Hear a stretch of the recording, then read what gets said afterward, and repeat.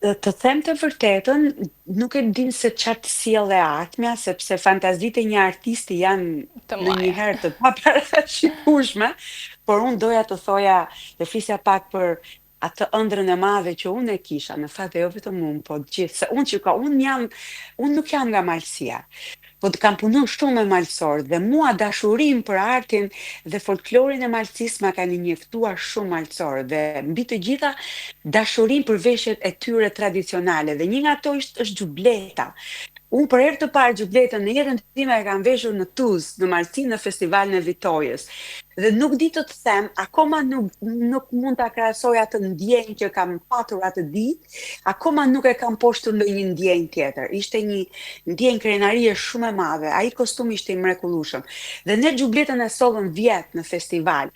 Dhe për mua ka qenë një realizim i ëndrrës më të bukur artistike. Kemi pasur rreth 12 vajza të cilat e kanë parakaluar, sfiluar xhubletën në skenën e festivalit dhe gjithë secila nga ato vajza dhe xhubleta që kishte veshur kishte një histori mbas saj.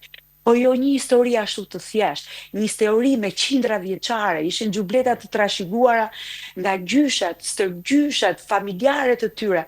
Dhe unë i flisja me zërin tim, i tregoja historitë e tyre ndërkohë që ato e parakalonin, po dinjitet më të madh në jetën time unë nuk kam parë. Për mua ai ka qenë një realizim ëndre, një realizim karriere artistike, një realizim dëshire për të përçuar kulturë, art, trashëgimi, nuk di, unë nuk kam të ngopur të flas për atë moment. Dhe biles është ai moment që i ka rrit standardet tona aq shumë, sa që këtë vit në festival na ka dhënë një shtytje shumë të madhe që të arrim, nuk them ta superojmë, po të rrim baraz atij momentit. Po më duket se atë moment e bëri madhështor xhubleta.